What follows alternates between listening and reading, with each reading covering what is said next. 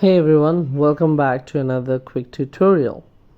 In today's video, I'll show you how to fix the missing toolbar in Microsoft Excel. So without delay, let's get started. First, open Microsoft Excel on your computer and load any document. Now you might notice that the toolbar is missing at the top.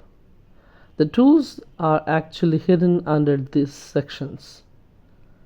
When you click on them, they appear, but as soon as you return to your sheet, they disappear again.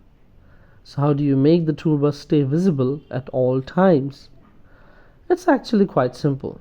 Just hover your mouse over the top where the toolbar should be, right-click and select Minimize the ribbon, and just like that, boom, your toolbar is back and will stay visible while you work.